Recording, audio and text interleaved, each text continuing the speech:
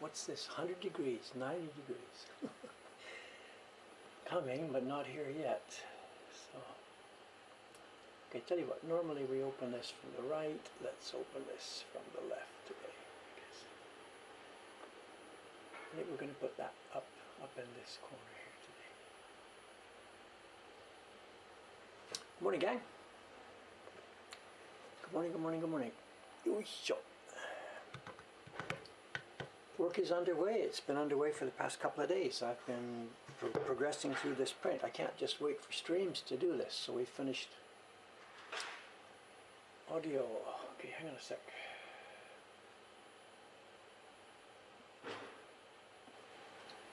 Well, actually, the audio setting is normal. I have the binaural mics plugged in to the camera that is looking down on the top here.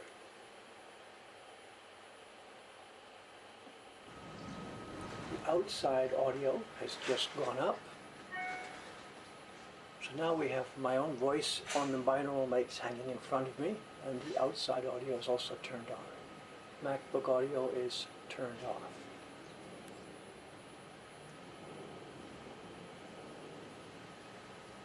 Are we okay? And I hope you're getting left in left. We have stereo mics. I'll just slightly touch the left-hand microphone here. This is left. And this should be right. So if you've got it the right way around, and if I've got it the right way around, as we work today, you should hear sounds from the left and sounds from the right separately. It is going to be a printing stream, but I got another job that has interrupted it. So I have to put this aside for a few minutes. And we have some embossing to do.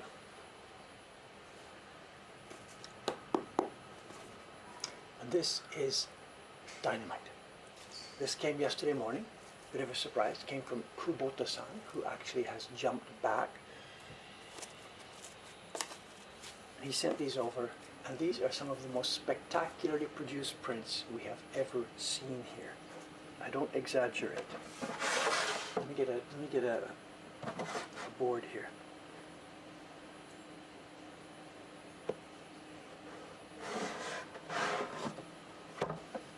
These are absolutely incredible. I have to emboss them this morning.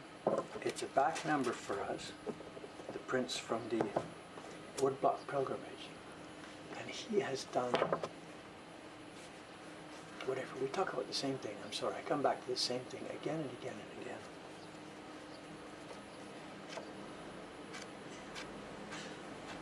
The man is a machine. He is an absolute machine. There's no other way to describe it. I don't say that in any kind of an insult. He's just astonishing in his ability to deliver the same results, sheet after sheet after sheet. Look at the scale here. Look at my thumb. Look at those chairs, those railings.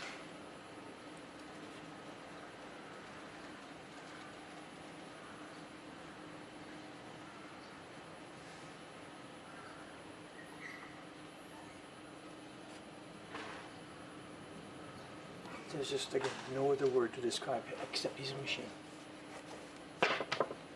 And quick, he did this in 3 days. just whatever.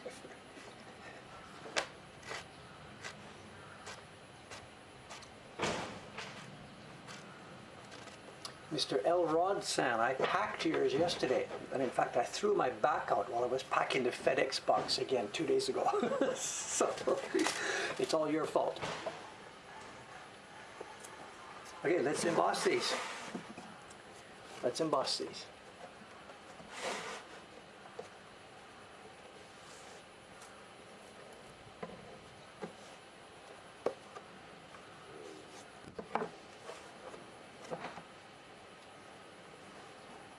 So to do that, we'll get rid of our brush, which we'll use later here. There's, I think there's 90 copies there. No, 89. I sent him 90 sheets of paper. The guy sends back 89 finished prints, and I don't see any corner playing. I don't see any cut corners or anything. I sent him 90 sheets.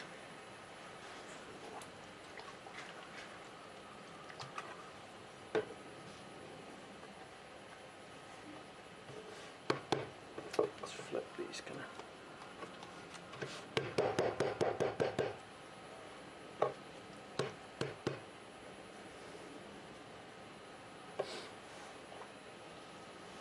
Yeah, it wasn't. I didn't pick up anything heavy. I don't do that anything anymore. I just never do that. What it was simply a long day of wrapping and putting it in the box and picking up this and reaching to that shelf and wrapping and putting it in the box and reaching and doing this.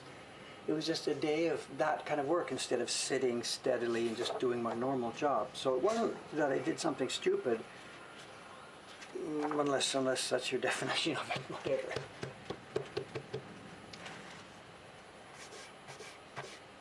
So we have 89 copies, and if you want to count, go ahead and count them. That's going to bang. Let's just let's move around here. I think we have some room here. Let's move over.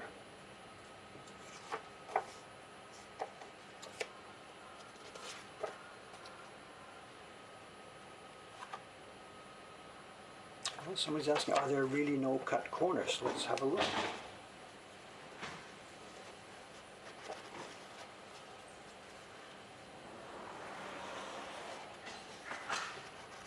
There are no cut corners, and on my flip through it, I didn't see anything that stands out as a problem at all. This guy is just simply a machine. If you didn't know better, you'd think that he just whatever had some kind of box. He puts them in the box, and they're printed.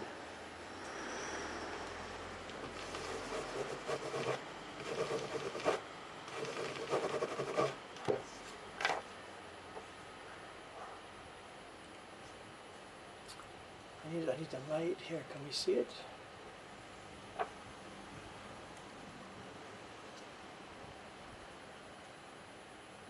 It's kind of long, this one, because the names are long. It's Hori, John, our young boy from Hong Kong, and then Suri, Kubota, Kenichi. They both get their names on it, and the title of the print is at the bottom. Waiting for magic. I guess the idea is somebody is here at the upper window. I don't know the story. I've never seen the movie, but the video, the anime. But there is somebody waiting at the upper window there. I guess those of you who know the story know what that's about. Okay, Dave, not so much talk. Let's just go.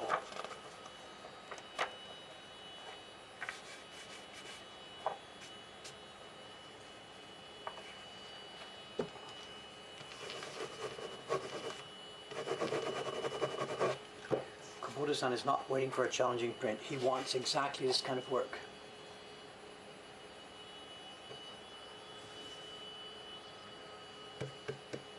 What's we asking here?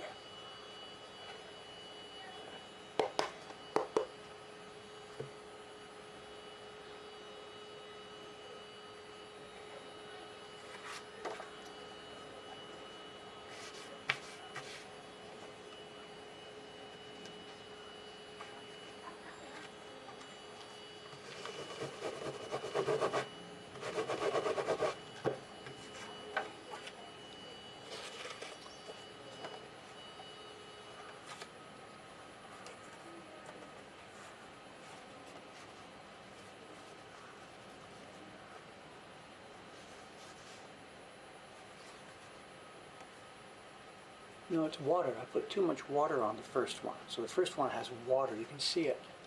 Is that what you're looking at? This thing at the bottom you're talking about? It's wet. The first one is wet. I had too much water on the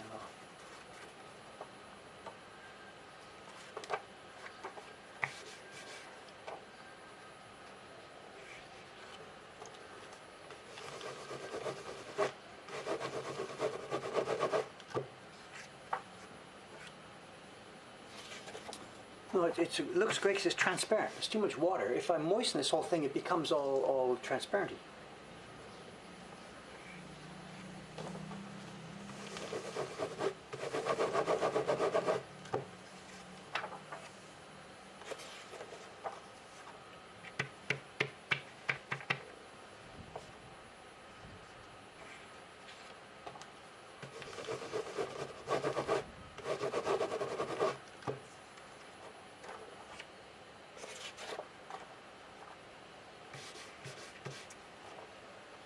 Oh yeah, as for the printing that we're going to see in the second half of today's stream, we'll move on to the printing. I've worked through it. There are two colors done, the key block black and the second key block gray are done. And as promised before, I took lots of video as I was going along.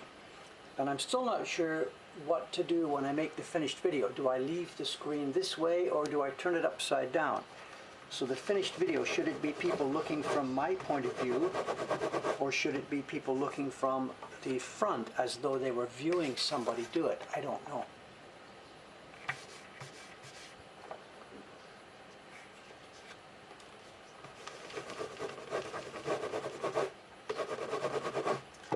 What we should maybe do, I don't know, if I just run halfway through this, I have to get it sent to Olme today, so I really wanted to do this. But it doesn't make a good stream, so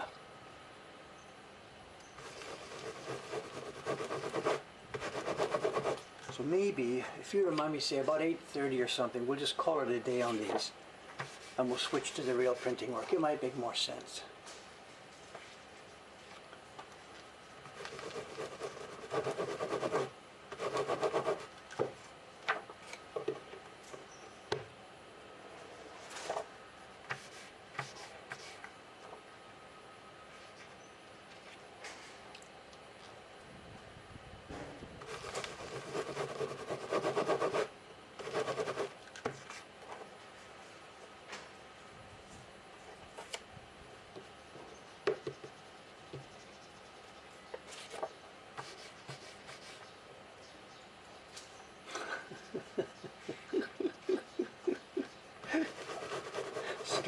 Stress.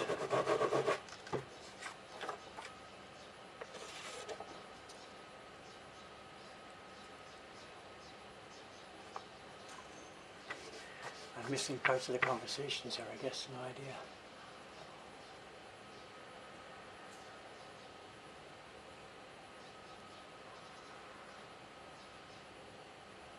I'm missing it, I'm sorry, I don't know. If there's a specific question, I missed it, I'm sorry.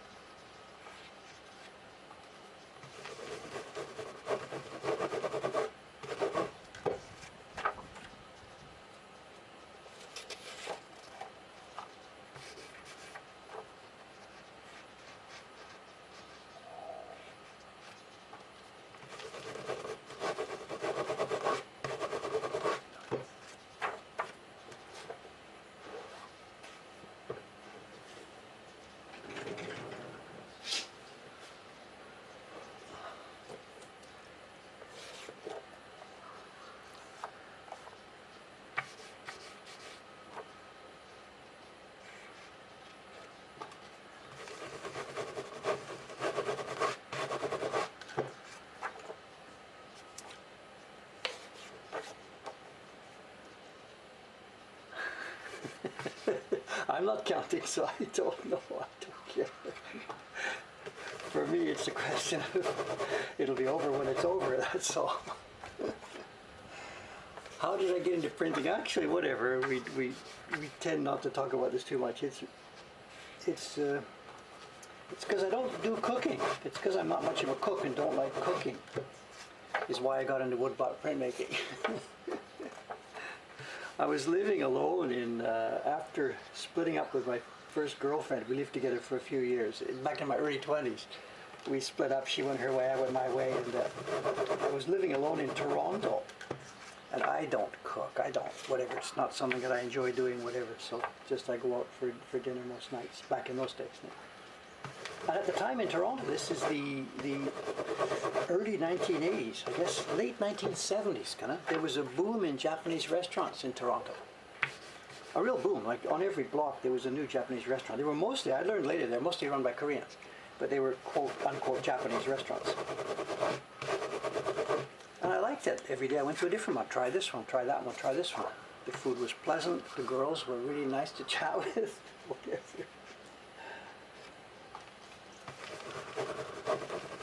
And on the way to dinner one day, I had taken the subway downtown in Toronto, parked my car at Wilson Station, head downtown.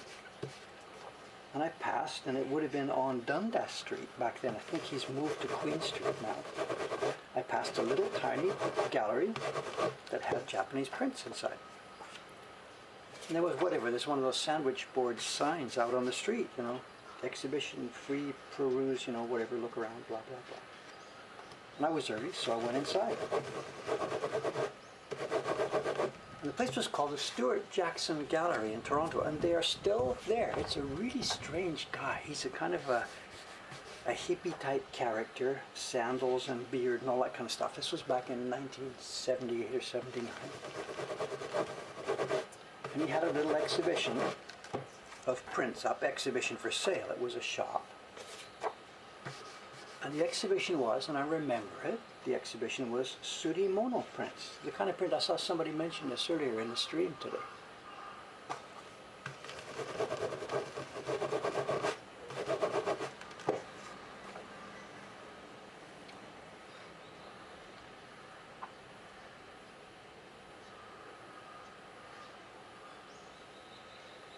Here we are again. Hori, carving, Chon. I don't know the Chinese pronunciation, but in Japanese he pronounces his name Chon. And then Suri, printing, Kubota, Kenichi, the two guys who made it. And Kubota-san put on the embossing for the name, because that's part of the actual print. What Kubota-san won't do is his name. And the print itself, let's look again. It's just so nicely made.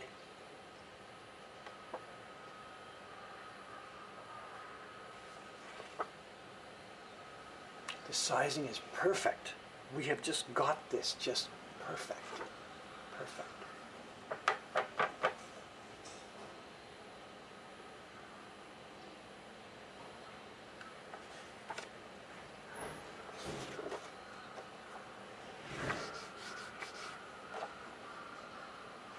So the exhibition is there. I'm like, I have no idea. It's the first time I've ever seen prints. My interest had been Japanese food. I'm not an artist. I'm not interested in art. Nothing like that. But I just wandered in there. No. This is not the paper I sized last stream. Good grief. That has gone to Kubota-san now. The paper I sized last stream, this would have been sized, a month ago.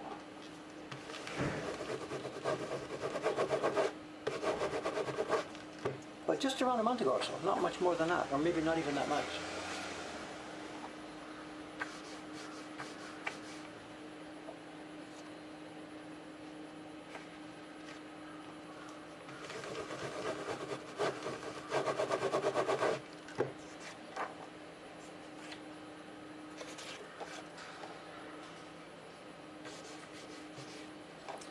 No one-day turnaround for a job like this. He's a machine, but not that much of a machine.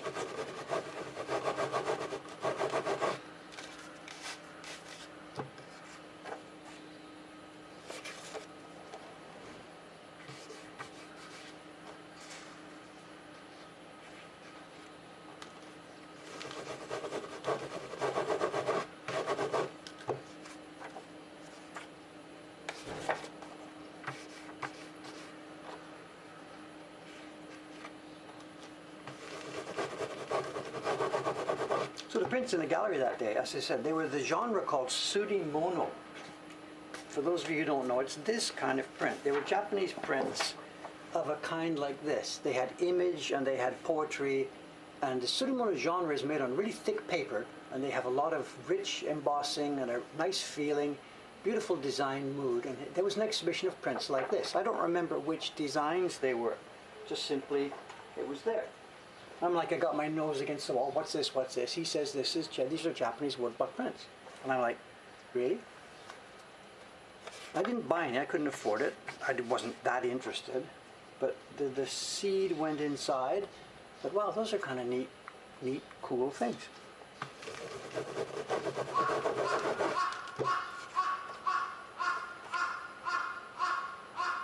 We're under attack.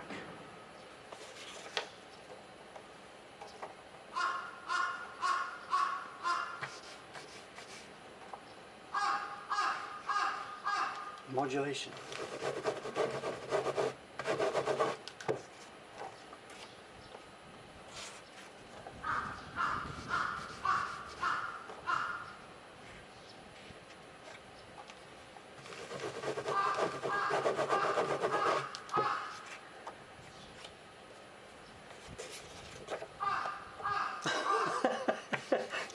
Was he watching through the window? I don't know.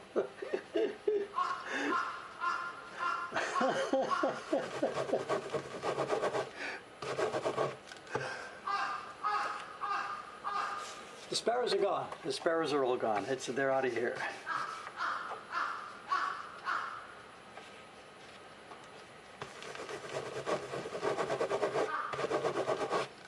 I guess they did their thing. They built their nest and did their thing. I don't know if it was successful or not, but they're gone. There's no more sparrows around here. Well, they're around town, but there's no more up on our balcony here.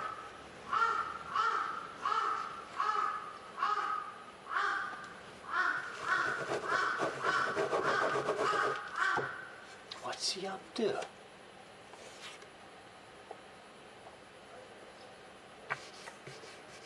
I don't hear a response. I don't know if it's a fight with something else. I don't know.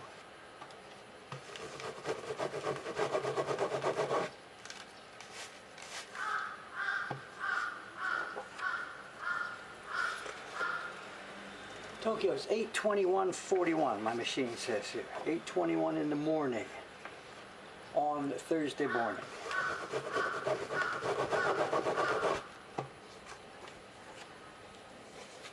Did he fly by?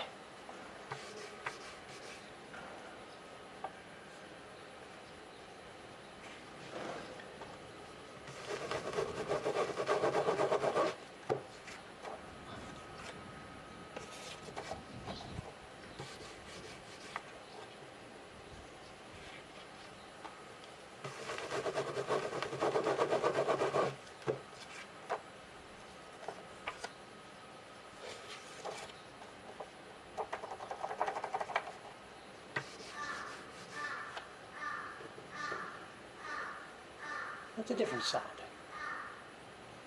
Sounds like a duck. What's that one?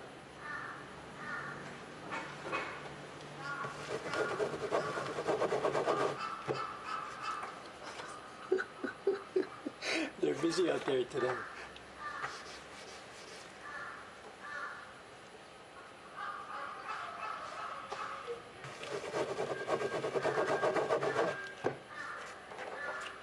It's not a garbage day today. There's no piles of garbage out there waiting for pickup. That's sometimes the case.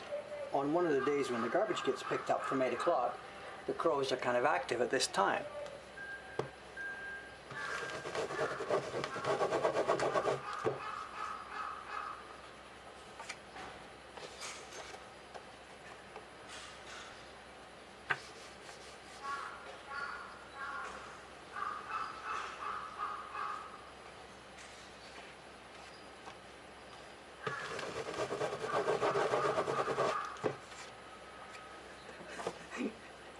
Tokyo Live Crow Stream.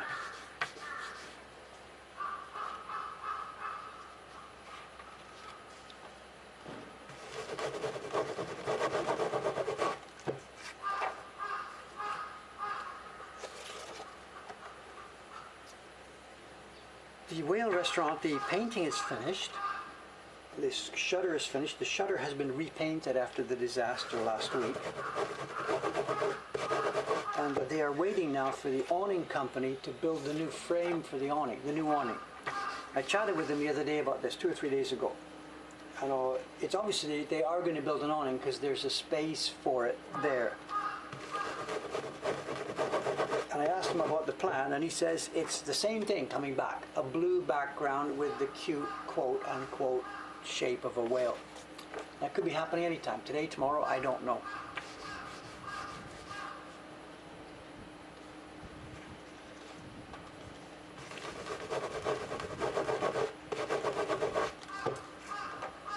It was actually quite a massive renovation. Inside too, they've gutted some of the kitchen and they're redoing some of the kitchen. So it's a major deal. And those of you who have seen that restaurant, you know that there's 2 shutters there. And the left is the entrance. And the right used to be an entrance. I found out last week when they tore off the old shutters. The right-hand side was actually sliding glass doors, same as the left-hand side. And on the right-hand side sliding glass doors, they had pasted over the years a number of photographs of famous people, TV people. And what they did this time, they took the shutters off, then they ripped off the whole front of the building and they have put a new door on the left. On the right-hand side, the old door is gone, and they built a wall there, and they have built a new photo panel on the outside wall. And when I was chatting with him, he said, you know, he had wanted to rebuild the whole building, tear it down and put up a new one. And I'm like, why, did you stop because of the pandemic or something? He says, oh, no, we're fine. We're getting the money from the government. We're going forward. We're okay. He said, what he couldn't afford, and this was news to me, he said, we couldn't afford the special payment to Sensoji Temple for the rebuild. And I'm like, what do you mean? And he said, anytime you buy and sell these buildings, there's a payment made to the landowner. Sensoji is the landowner. Now, I knew this. When the lady who owns our building bought this one from the bag lady across the street, she had to make a little white envelope payment over to Sensoji Temple. Now, little white envelope, extremely fat little white envelope. We're talking about $50,000, something like that, on a purchase that was maybe $400,000, $500,000, so maybe, I'm guessing 10% or something. She bought the building for maybe $500,000, had to pay $50,000 to the temple. The temple owns the land, so what you're paying them for is the transfer of the lease. The temple doesn't do anything, just simply they take the name of Mrs. Suzuki off and put the name of somebody else on. But what I didn't know was that even if you renovate, if you tear your building down and put it up, as part of the process of getting permission from City Hall, you have to get the permission of the landowner. And they want the same kind of payment. So he said he couldn't afford $50,000. He didn't give me a number, but it would have been pretty much the same sort of thing.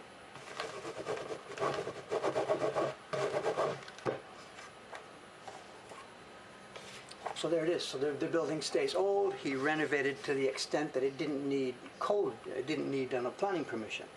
Same as us. All the renovations we've done inside the building here, we have never told City Hall about it. We don't need to. It's not that we're evading the law. It's not necessary.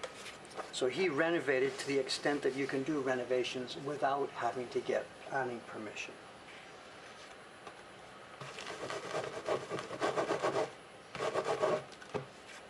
Just as we did here.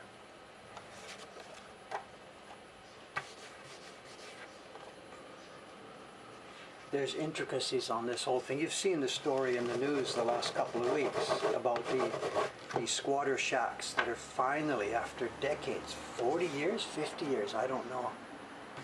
The squatter shacks are being finally evicted. This has been in the news the last couple of weeks.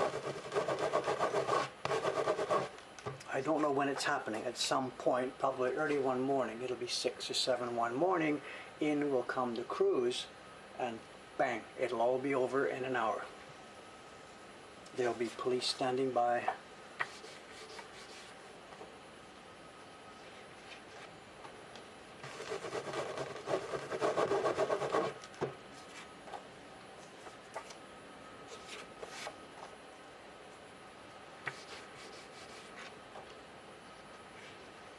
We're okay, we're killing this. What time is it? 8:29. I'll just keep going. We're killing this. So.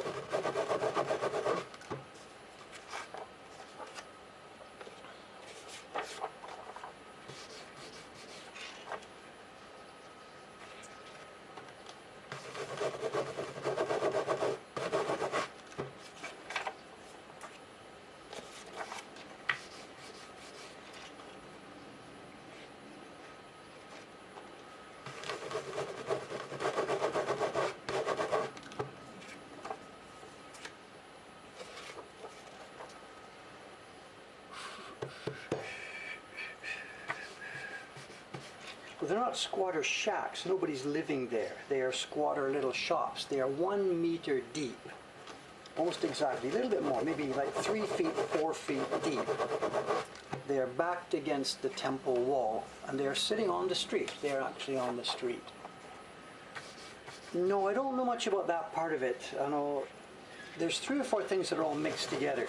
I know the whole area was burned to the ground. Everything was burned to the ground during the war.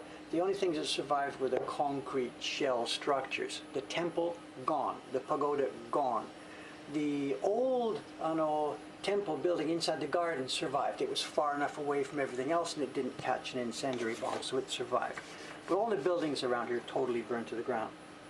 As part of the rebuilding over the late 40s and into the 1950s, Sensoji took a long time to rebuild. It burned down in 45 and it wasn't built up again until, Wikipedia please, 1958, Sensoji Temple was finally put together, or is that the pagoda? I can't remember.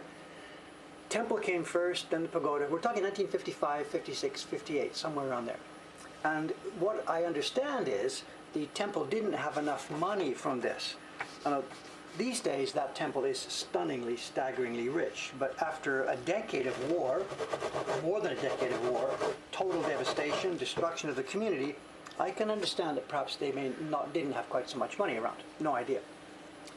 So at the time of the 1950s, when they finally got the reconstruction, to get the money for their reconstruction, they sold a huge chunk of their land. And they sold not the part that was land. If you look on an older map, you'll see something called Hyotan Ike. There's a double circle shaped, it's a gourd shaped lake, which is just north of here. The lake is gone now. That's where Marugoto Nippon, the new Uniqlo store, and the horse racing thing, they're built on what used to be the lake. But if you Google it, you'll see that that lake existed up until the 1950s. And they sold the lake to get money to rebuild the temple. This is whatever, in Sensoji's Wikipedia page, this is what they did. And the lake was filled in and became these gigantic buildings. The other thing that changed was the whole area in front of Sensoji and at the back of it. It used to be, it must have been so much fun. You can see old photographs from the 20s, 30s, 40s, whatever. Sensoji is surrounded by shacks and junk and whatever. In front of it, there was a group of shacks called Chosen Jutaku. Chosen is the Japanese word for Korea, or the Korean peninsula, or the country, I'm not sure, the Korean peninsula. And at the time, of course, in 1940-45, Korea had been taken by Japan in 1905. So Korea was Japan from the Japanese government's point of view. So a lot of Korean people were here, and a bunch of them had bars and restaurants in shacks in front of Sensoji Temple. It's where the the toilets, if you stand on Sensoji looking out back towards Kaminarimon, at the left there's a group of, there's a Fuji tree and a group of toilets. That's where the Chosen Jutaku was, a group of bars. They were kicked out as part of renovating the plaza. I guess there was a huge fight. This is long before my time. I know nothing. I wasn't here. But there was a huge fight. No, we don't want to go. Yes, you got to go. We're cleaning up. Anyway, you're not paying rent, blah, blah, blah, blah, blah. We're part of the culture, blah, blah. No idea. The fight went on and on and on. The temple won. The front of the temple became clean and smooth. It's a park, it's trees, it's temple buildings. The Chosen Jutaku people were given permission to use the back wall of the temple, the one we now call Hoppidori. And I don't know whether they were asked to pay rent or just said, look, just whatever, go and move over there and you can hang out and we'll talk about it later. I don't know anything about that part of it, but they are still there now, 2 or 3 generations later. That's Hoppidori. And I guess it's the same sort of thing, the front wall, Dempo Indori, where the little squatters who are now being evicted, they say they were given permission by City Hall to be there. City Hall says, you're blowing smoke, we never gave you permission to do that. And they are not bars and restaurants. They were originally all stage and screen fashion places. They're little booths, and they're still there now. If you walk along, some of them sell trinkets. Most of them still, they try and sell dinner jackets for the Dark Ducks. People, doing stage and screen wear. And that's long gone, of course. They're basically hobbyists now. They're old people who did have a career doing that at some point, and now they're just faded away. So they only come on weekends. If they disappear tomorrow, the only negative part from the thing is instead of seeing sort of funky little shops, we're going to see a clean temple wall, which will look boring at first, I guess. But they haven't actually been contributing anything to the community. The products they offer have had no meaning for years. So I don't know.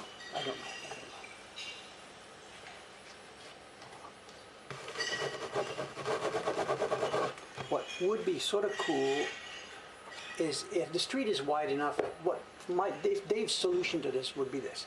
clean up the squatters, pay them off, out of the way, where you go. Thanks for your service over the past 40 years. Please go and retire, go home. Then reduce the width of the car part of the street, or make it a pedestrian paradise, whatever it's called.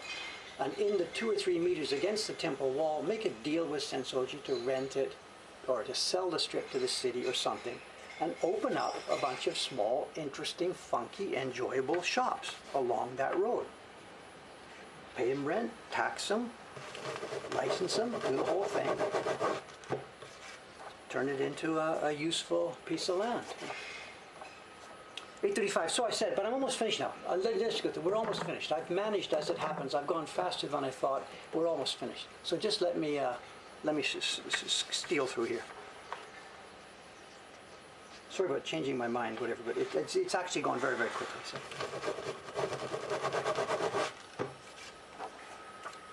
This is the point where I discover I've used the wrong embossing block for the wrong person's name, but not today.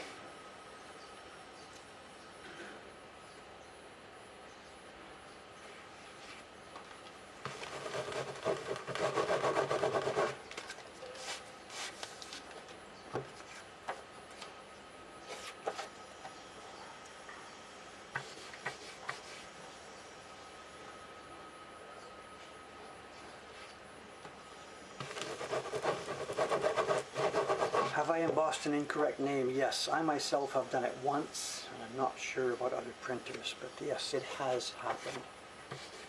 And there's no way to get it out, so what we did with that print, or that batch of prints, it would have been 50 or 60 prints, we just prepared one of those errata sheets, and when we sent the printouts, that batch of prints to the collectors that month, I put an apology notice. Please notice you'll see your print says XXXXX. It should have said Y. If the sheet stays with the print, fine. If it doesn't, it'll be lost. What can I say? I can't go back in time. We made an error. And somewhere out there are 50 of our prints with the wrong person's name on them.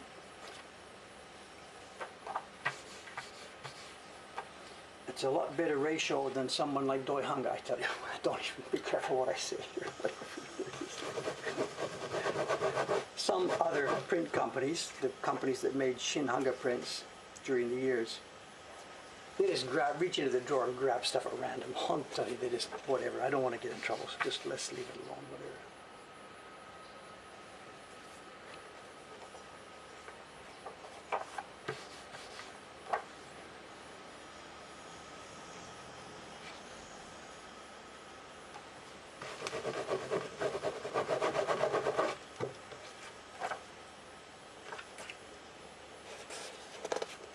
No, it's impossible. That paper is completely crushed at that point. There's just no way. Steam it out or something. Anything that would take that embossing out would destroy the paper and destroy the image area nearby. There's just nothing on earth that will now take back what we have done to it, you know. When I put my hand under a giant press, hydraulic press, smash this part, you can't get it back. I mean, the cells and everything have been crushed, so. So possibly if I tried, pressed and pressed and pressed and pressed, it still wouldn't come out. If I tried to press everything else flat, it just wouldn't work.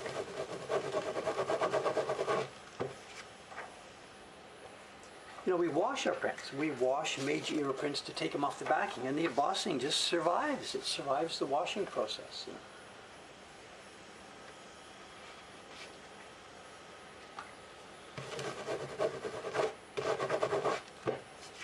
Okay, who's counting? Last one.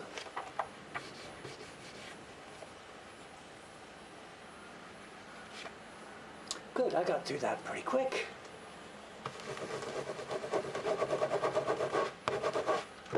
Pretty quickly.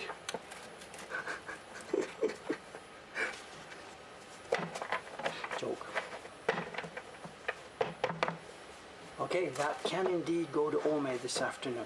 They are waiting for this. We are out of stock. This is the Woodblock Pilgrimage series. We call it GJ, the Ghibli Journey. This is number 6, and there are people waiting for it. Some of these were supposed to have been shipped at the beginning of this month.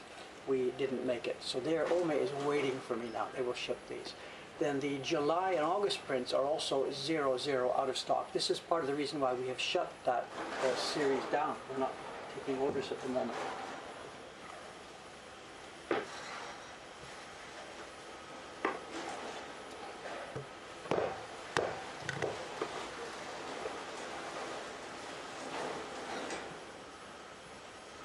All right, let's put this place back together. Printing time. How are we going to arrange the windows here? I can leave that window okay. We want to see some pigment bowls. What should I do here? If I do this, I didn't mean to do that, but if I do, just a minute here.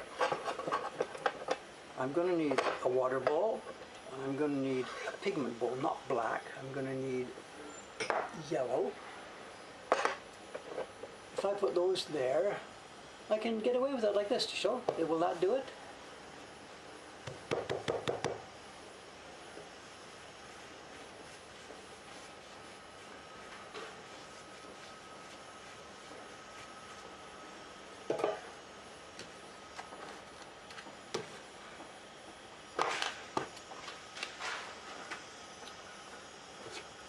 And the paper is fresh out of the freezer just before the stream started. This is how it goes in and comes out of the freezer.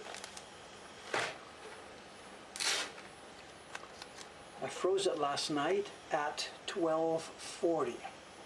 It was a long day yesterday.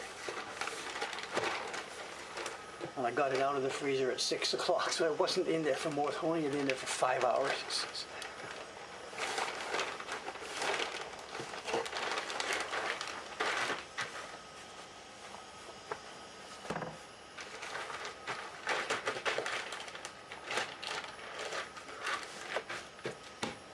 And the unwrapping.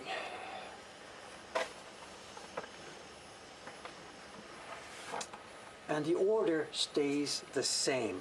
I've wrapped it up here group by group, and I know which group is which because I put them in face down and face up. How can I explain this? There are, at the moment here, there's 5 groups with newspaper. And if we open one, which one is the first group, which one is the last? I don't know. I've flipped and flipped and flipped. I don't know. But if we open and take a peek, we see the back side of the paper.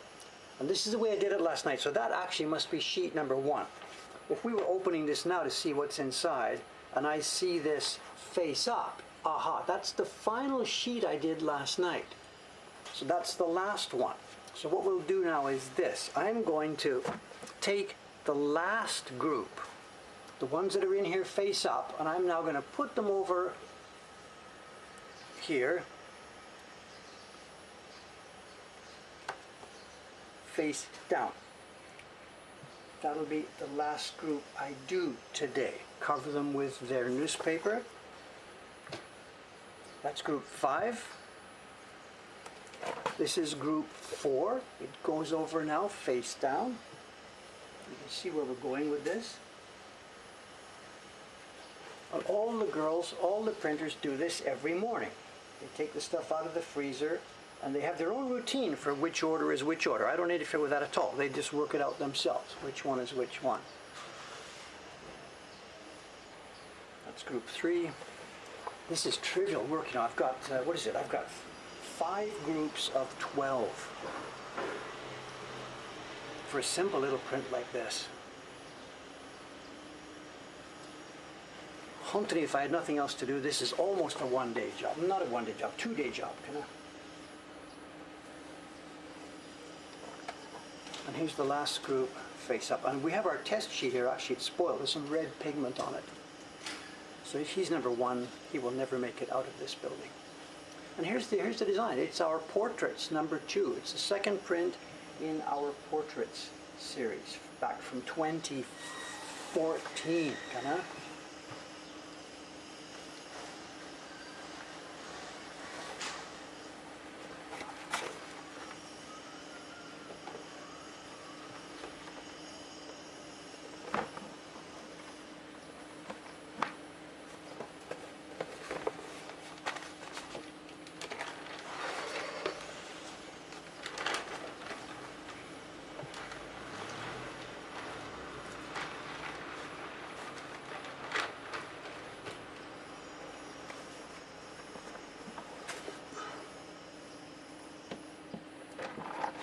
inside the plastic. Okay, so the freezer pack has now been restored back to the situation it was last night when I packed it up. The prints are in 5 groups of 12, separated by newsprint, all carefully moistened. It has now come back to life. Asking for the Japanese speakers, what does hontone? I don't know, what did I say? Hontoni? Honto is truthful. And ni is just a particle. Mo hontoni kyo atsui yo. It's really, really hot today.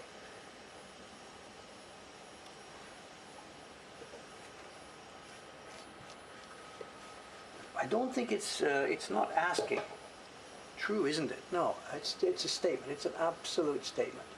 There's no question mark about it. It's an absolute statement.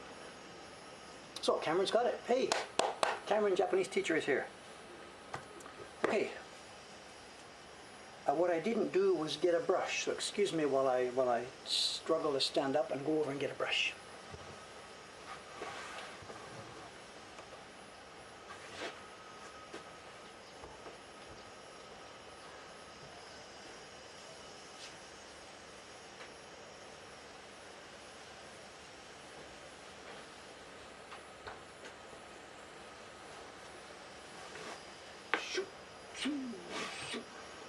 Old man Dave.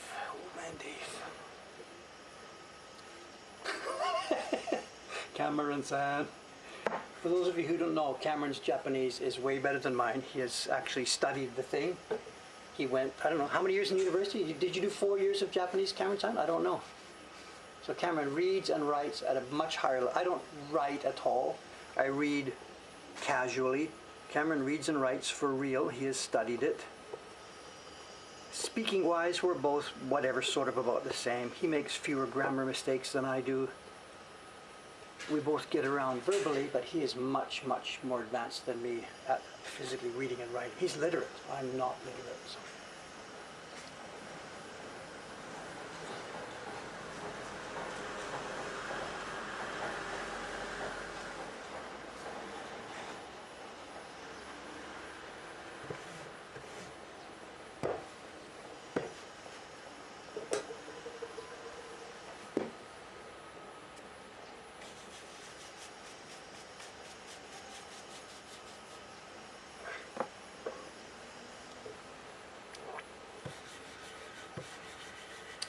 Okay, now we want yellow here, but we really want, we don't want lemon yellow. We don't want bright yellow. We want like a Naples yellow. This is too bright. And the pigment that we're based on here, if I put water in here, it's not going to dissolve. So this is leftover pigment from the tests I did the other day. But it's dried now, and putting water in won't help us. We need a touch of a desurfactant. The chemists in the lab here will know what we mean. We need a touch of alcohol first, and then water. The water by itself would not work on this thing. And we really do not need much pigment here for this one today.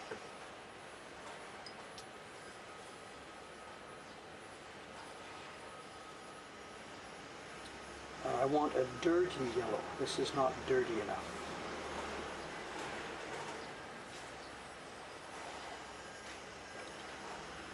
Or maybe it is, I don't know, let's see. Tiny, tiny, tiny, tiny, tiny, tiny, tiny bit of black. Where's my black?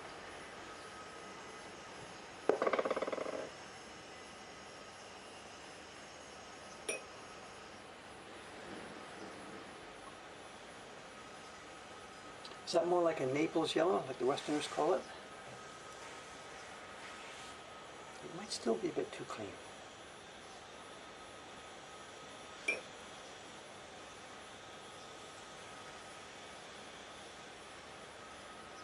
Eyeballing it is what we do. There's no other way. What do you want me to do? Measure that with a millimeter or something? We can't do that. Eyeballing is all we can do. There's no way to do this. Okay, I want 57 milligrams of yellow, 40 blah blah of red.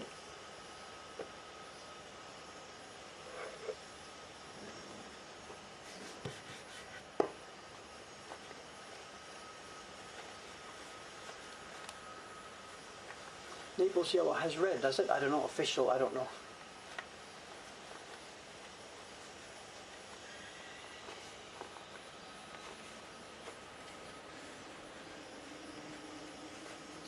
black we just saw, which is about to head for the sink, it's not actually black. We have here at the side of the bench, we have actual black juice. This is sumi juice. You can see it, rich, thick black.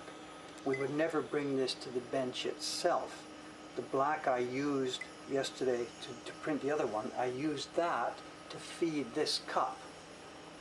So I put some of the rich black in this cup, topped it up with water to get the black that I did last night. You saw you'll see the key lines in a minute.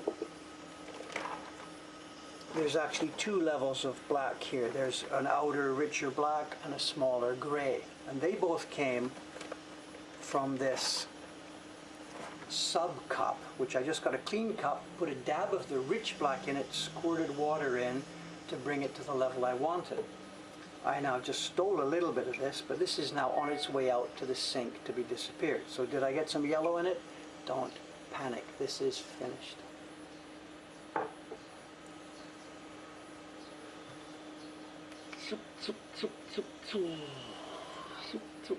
Pigments from, how could we measure? How could I possibly measure this? I know, again, without being sarcastic here, there is just no way that we would be able to do this. When you're painting a house, whatever, you get 57.6 liters of this and 100 liters of that. You can do that. But at the scale we're talking about here, I have no way to measure this.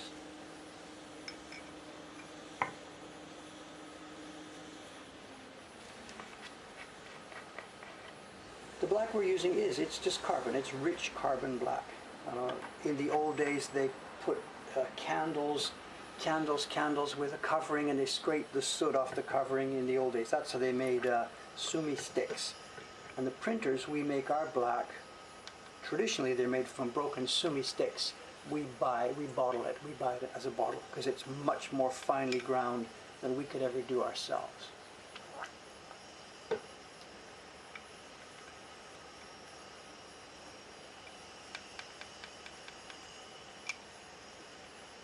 Now, when I say I would never bring it to the bench, what I mean is it never comes out to this level to be applied directly to the block. It's not something that becomes the primary source of being rubbed on the block. So of course I'm using it to mix, but I'm not using it directly on the block. When I said we don't bring it to the bench, I'm sorry.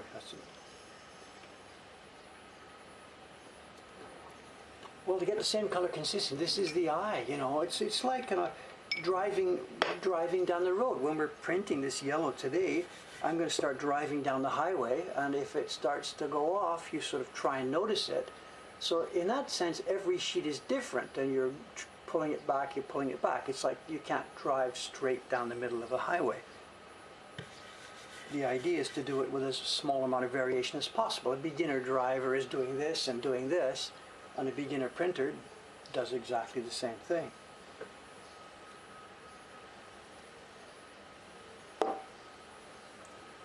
Maybe if we took those prints we just received from Kubota-san, maybe if he had kept the order the same through drying, which I doubt, we could maybe look at them and see the blue in the sky and detect a wavering when it came back. I don't know.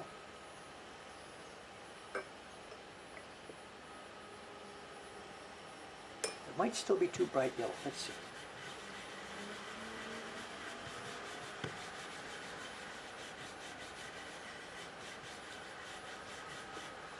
I'm going to print, wait.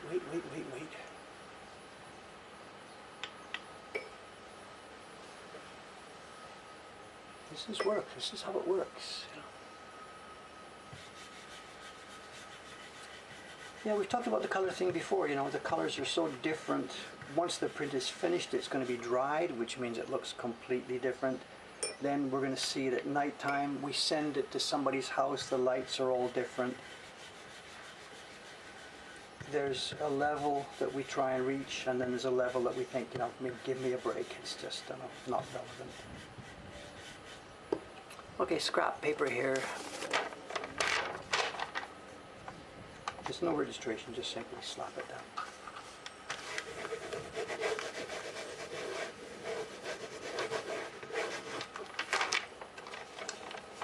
It's still too lemony. I want this to be dirtier.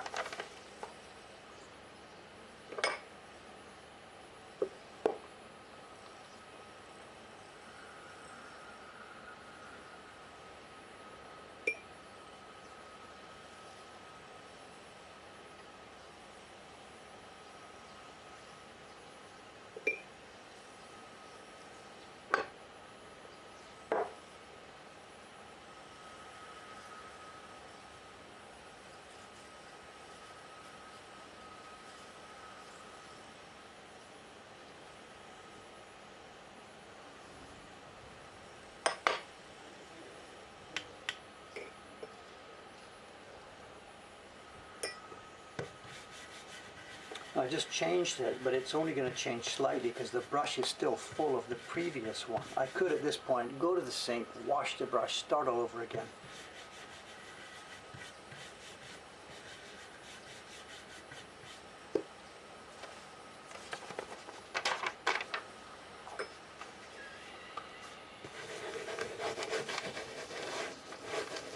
The other thing too is the color we're seeing right here. This is a copy paper. This is not Japanese washi. Japanese washi is toned and has a different color. So at this point, again, we're just sort of trying to get close. Let's see.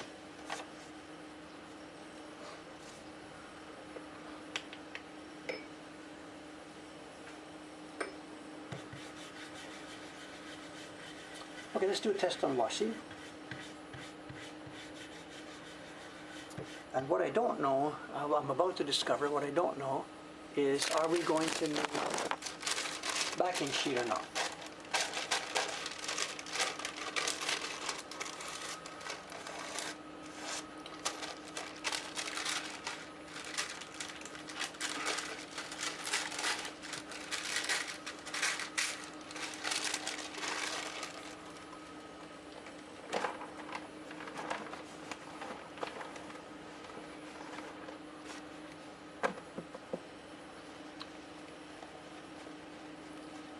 Did I get the first job? Yes, last Friday. I'm now in my 6th day of being protected, zesty, whatever. I had the first vaccination last Friday, and the next one is coming July the 2nd. 3 weeks later is the schedule in our particular city. I cannot see that. Let's fix that. That's not strong enough.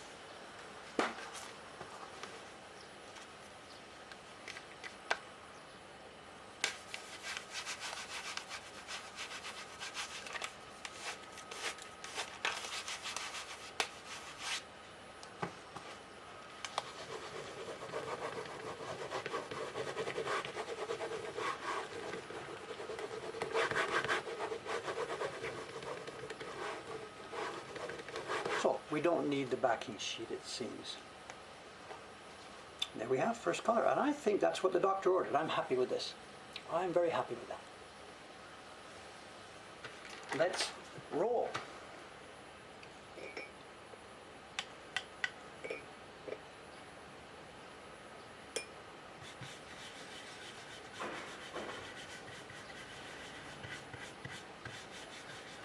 I'm going to fix this. I cannot see that corner. Let's do this.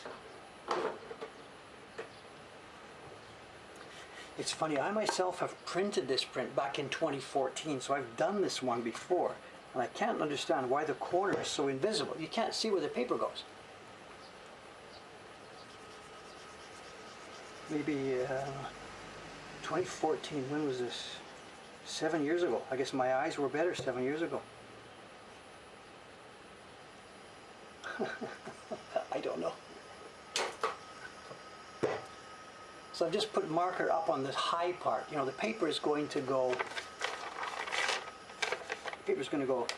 down.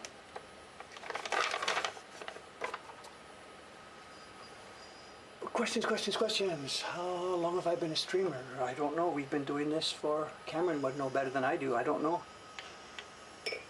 Cameron-san, how long have we been doing this? I don't know. 4 years? 5 years?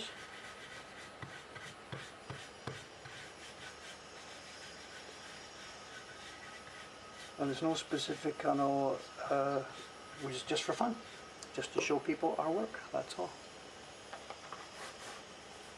Is it the sizing that would make the backing sheet required? It's a combination of things. Yes, of course, if the sizing is too weak, if there's not enough glue inside the paper, then the paper is weaker. But it's not just that, it's actually the width of the area, the type of barren I'm using, the amount of moisture. If I've moistened it a bit too much, then it's concomitantly weaker.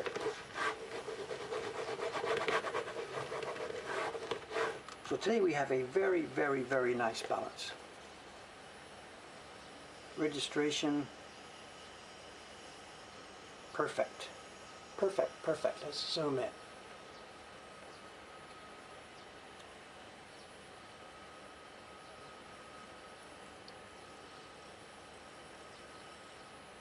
I think we are good to go. I see no problems in the registration. We are good to go.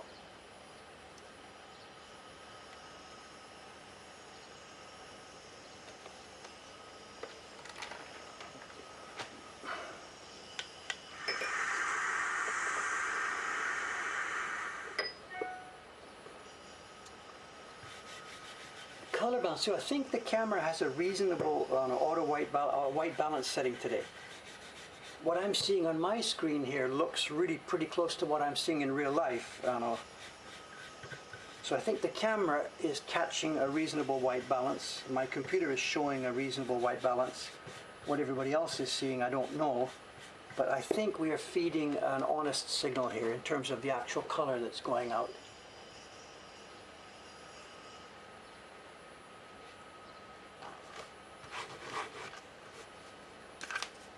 Talan-san, good morning, good morning, good morning.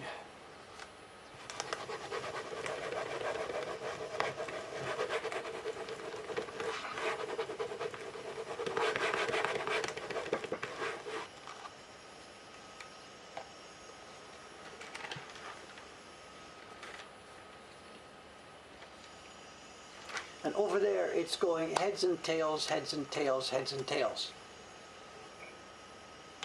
to try and equalize the moisture inside the sheets. If I stack them all up in the same direction, the top of the sheet here is picking up moisture from the pigment, the bottom tends to dry out, it's been pressed against dry wood. By stacking them over there, heads and tails, by the time I get to the next color, they should be pretty much all evened out.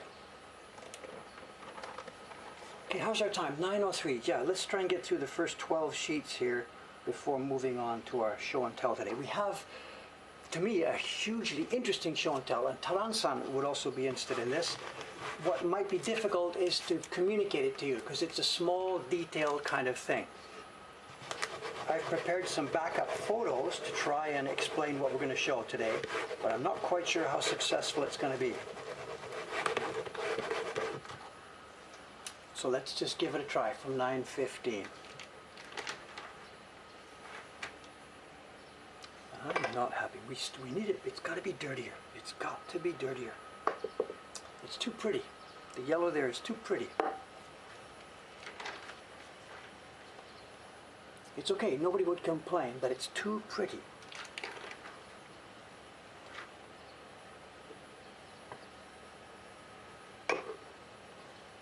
Here's where I dump too much in.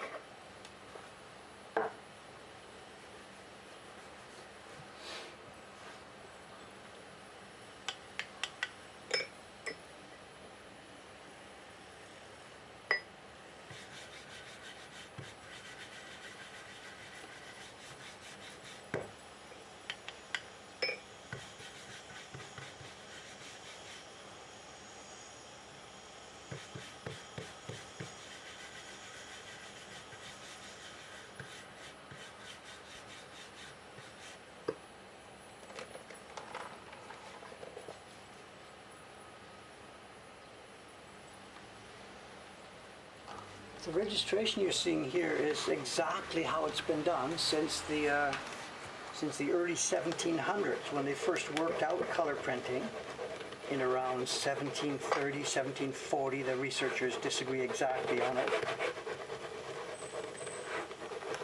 When they first worked this out in the early 1700s, that's the same system that's used here.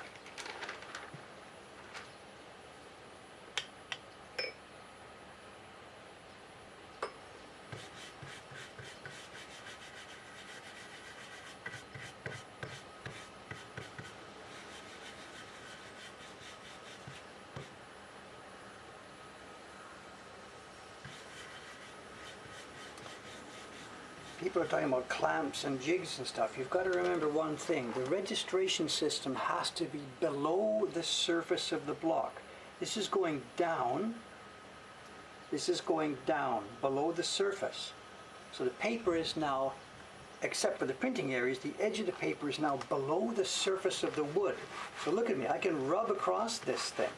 If we had some kind of blocky registration system here, I would not be able to do that. I've got to be able to rub wider than the paper. I think we got the camera. Should we zoom out a bit more? So are we a bit too in?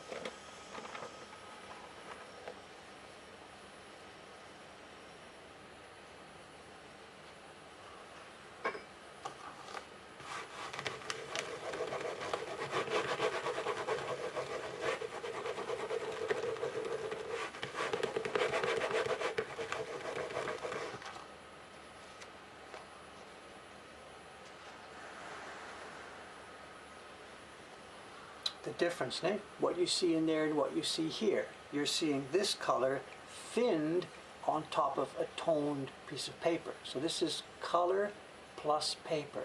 It's not opaque, it's transparent.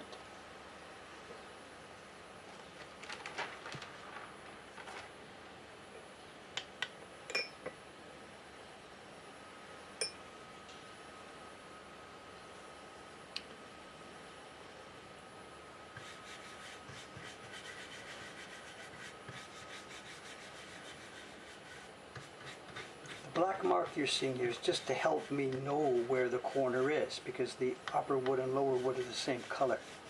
The black isn't the registration mark. The black is to show me where the registration mark is.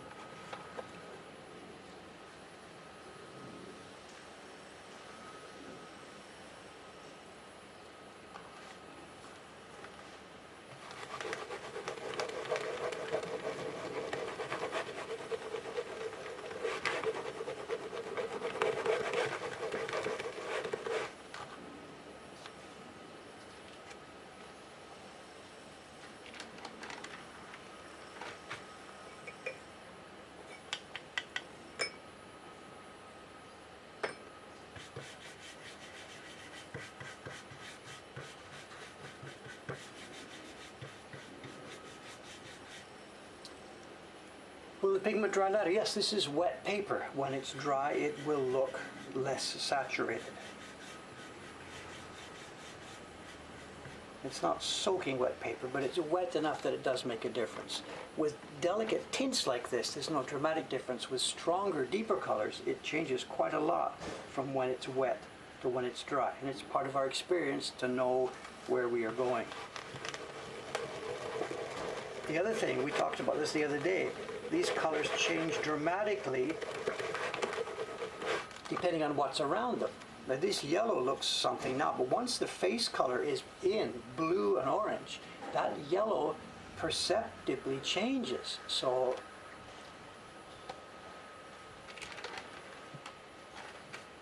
did you see that illusion that was passed around the internet last week or so, about 2 weeks ago? Somebody popped up an illusion which showed, I think I copied it, hang on a sec. If you didn't see this, here it is. If you didn't see this, I've only got the version A and version B. Version A is this one.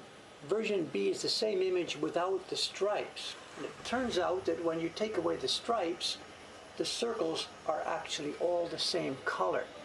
And when I first saw this a few weeks ago, I'm like, sorry, no way. I mean, I'm a professional printer. I know, blah, blah, blah. No, even though I know these things, this still fooled me.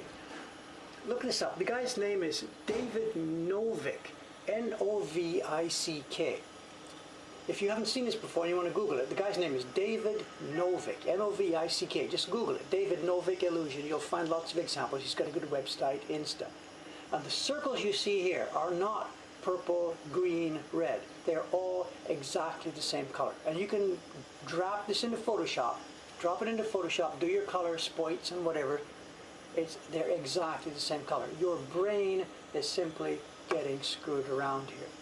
So the neighboring colors have a huge effect on the way your brain perceives things. And it's going to happen exactly with this print. Once the neighboring colors are in, that yellow won't look like the color you see right now. Look this up, David Novick.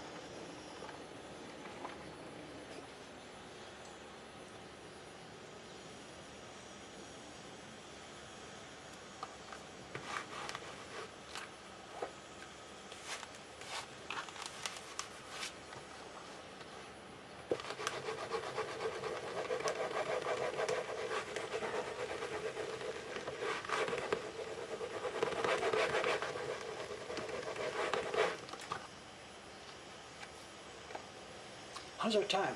Oh, 12, 9, 13. What do we got here? 1, 2, 3, 4, 5, 6, 7. Okay, 2 sheets left. We're okay. 2 sheets left in this group, and then we're going to have our Chantal. We're on time. Yoisho.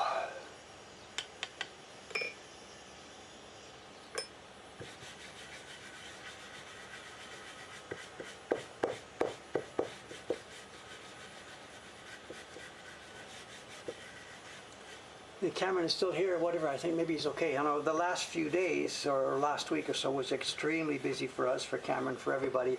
Last night and over the last couple of days, the orders have slowed down. So both Cameron and I are very, very happy for this. We've been running. We shipped a ton of prints. Hundreds of prints left here yesterday. Cameron's been working like crazy on it. And today, the order box, I think there was 1 order last night, so we're okay. Both he and I are ready for let's do some other work. I've got a project. And Cameron has a project too. He's cooking up the next video. As is Dave. I told you, I'm videoing step by step this one. So Cameron is working on video, Dave's working on video, so somewhere in the next couple of weeks, you will see some new YouTube action from both of us. Look at that, I'm promising for him too. It's so cute. What is it?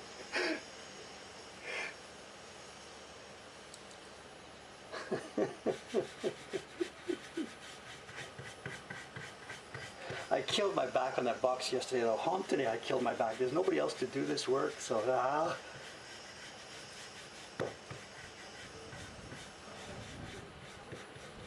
This is probably going to be with me for the rest of my life now, I guess. I don't know, whatever.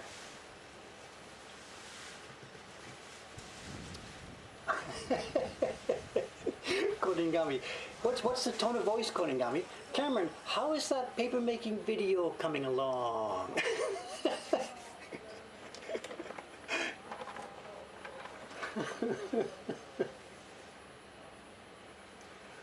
Koningami, Dave got in the way here. Dave got in the way. Show and tell. Yeah, the last print. Give me a break. Give me a break. Give me a break.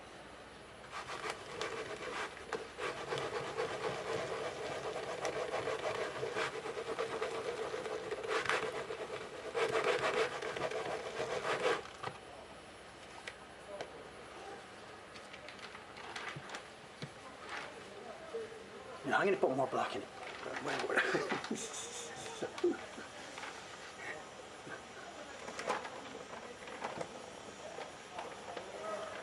Okay, let's get the printing out of the way here. There's too much breeze, so let me get this hidden. Okay, show and tell. As I said, I don't know how clearly you're going to be able to see this. I have prepared some images as a backup. let's give this a try. And in order so John doesn't have a heart attack, let me get the pigments out of the way.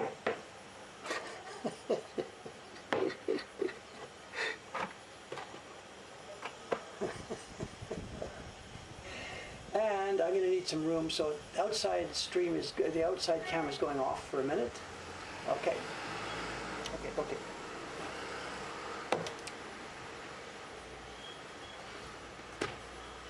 How am I going to do this? Let's see. This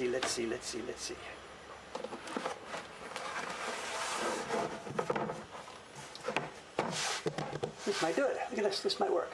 Zoom on. Okay. Okay.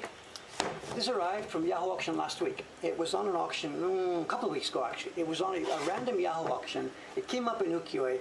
It's junk. It is Hontani certified junk. Nobody bid on it. It's an old Taisho era, maybe late Meiji era reproduction. It's in terrible condition. Nobody bid, and nobody was going to bid on it. And I got it for, I think, 1,000 yen, or maybe 800 yen. I don't have any idea. And there is something about this that when I saw it in the images on the auction, I thought, I want this print. Now, as I said, this is kind of too close for comfort. So that rich black out of the way here.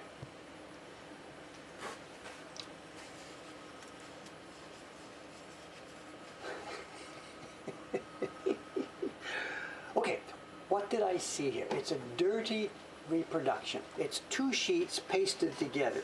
The Taisho era carvers and printers made a reproduction of a double print. This is, I think it's Shuncho.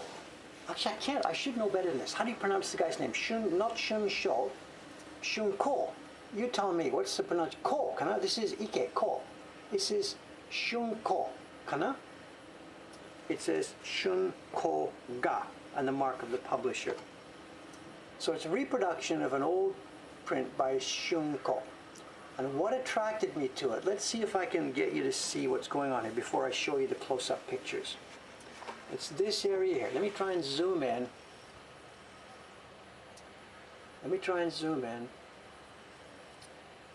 John's giving us some Taisho dates. I don't know if it's Taisho. It could be late Meiji. I don't know. There's nothing on earth that will actually show me what this is about.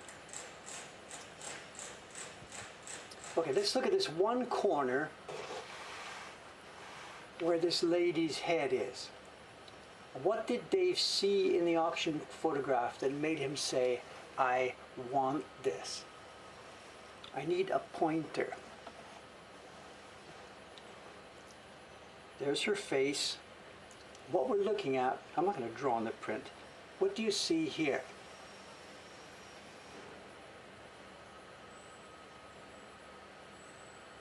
And what do you see here? It's not a repair, it's a repair that happened before the print was made. We can trace the zone. Before carving started, they put boxwood. This is a cherry block, and they put, for most of the heads on this print, they inserted, before the tracing was pasted down, and before the carving started, see the difference here? They inserted a square of boxwood. I can trace the bottom edge of it. The left edge must be inside this spacer. Yep, there it is. Look at that. It's darker on the right. It goes up here. You can see the difference here. Goes across, and I'm not sure. Oh, here, it comes down at this point. So we have a square of boxwood that was inserted before the punch that was pasted down. So they must have got this ready for pasting. Zone A, Zone B, they must have written top left 25 centimeters, top left in 17.5 centimeters, all in shaku and sun, and they must have made a little map of what they wanted, sent that out to the block planer, and ordered a block with boxwood inserts to fit every one of these heads. And these lines are all over the place around these heads. See the joint here? This lady's head is plugged. You can see here, look, it's darker above the pencil tip here and lighter below. Because the guy did the good job, but at the time of printing, you throw water on the block, and the cherry and the boxwood inevitably, it's not worn away, they inevitably expand and contract and absorb water at different rates.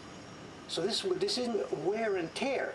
The day they did it, they glued it in, did the carving, over to you, Mr. Printer. Mr. Printer puts water on it, and whatever, can't be helped. The boxwood in this case absorbed a bit more water. Now maybe copy 1 was clear, maybe this is copy 100 or something, I have no idea. But this is not cherry wearing out and boxwood not wearing out. This is a resulting difference in level. Why did they do it? Boxwood carves much finer, harder lines, and boxwood will last a lot longer.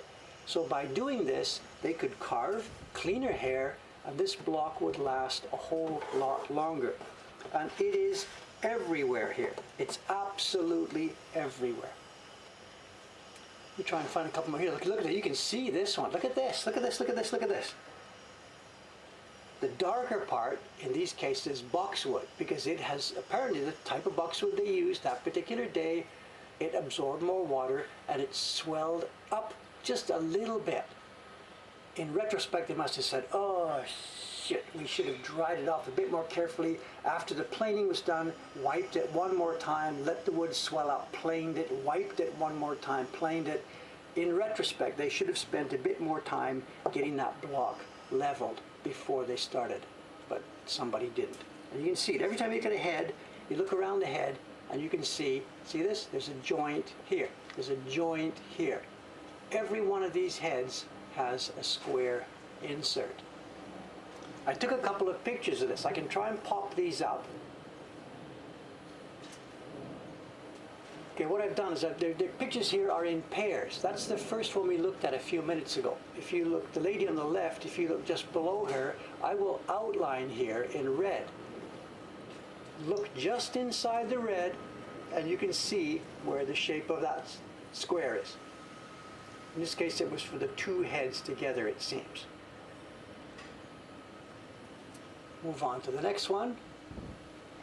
These 2 heads were done separately. Here's the border of one head. And again, if you look just inside that border, on the horizontal lines, you can see the place where it changes. This boxwood really, really expanded. The next lady to the bottom left, here's the red line for her. And again, if you look inside the red line, 2 or 3 millimeters, you'll see the gaps.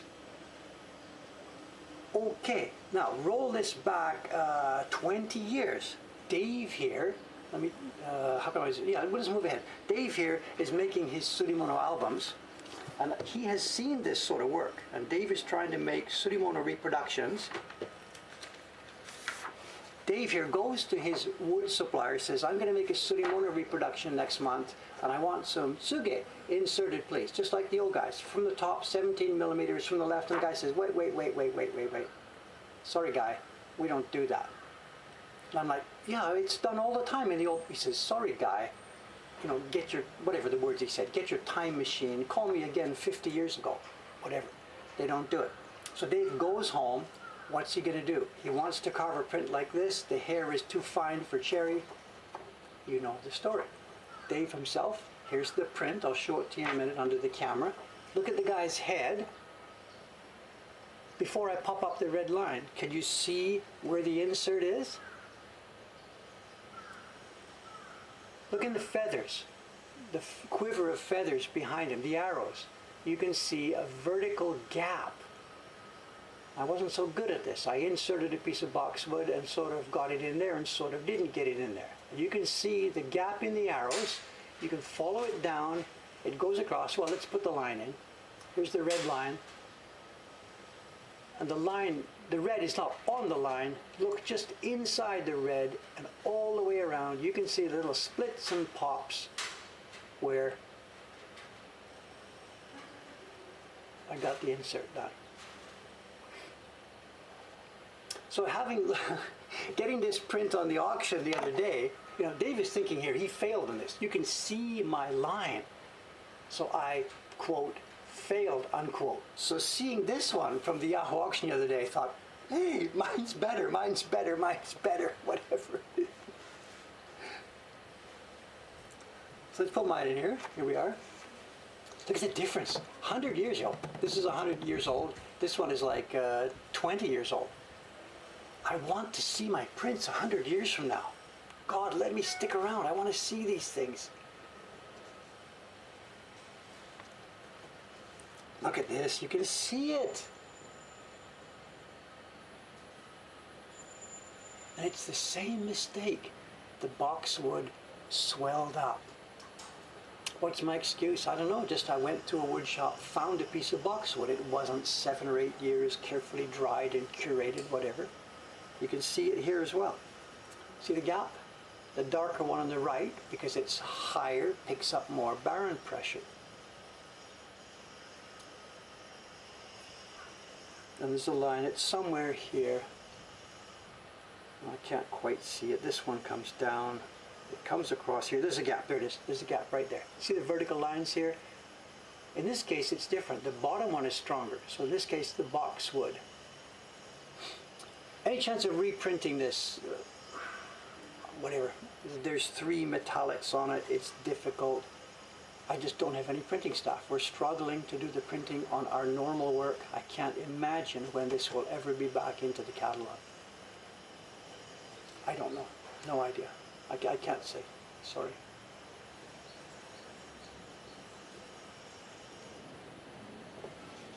Although having said that, if I can do promo,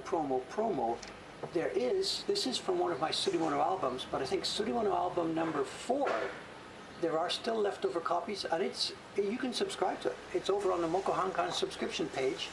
One of my leftover Sudimono sets. The 4th year, it wasn't sold out, and they're still over there. End of sales pitch.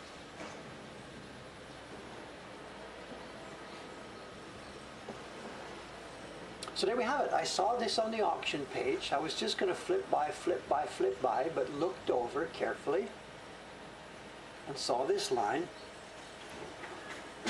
And there we have it. This is no big deal. This is nothing spectacular that I've discovered. This is just the way it was done in the old days. And it left evidence behind it. The ones we can't see are the ones where it was done properly, of course. They got a really good piece of boxwood. They inlaid it perfectly. They matched the moisture, the dryness. And you could print your 100, 200, 400, 500 copies and nobody will ever know. So the only time something like this shows up is when it didn't quite actually get through the system. There's probably lots of stuff I'm missing, of course, but whatever. Do what we can do. So at the point, we'll put this in the collection, and we'll talk about this. So the information will be passed on.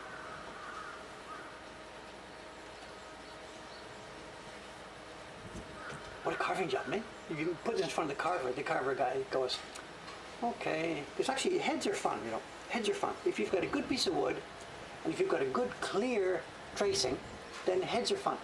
It's, I don't know, what's the word? It's work that makes you feel, I killed that one. You know, it's good fun.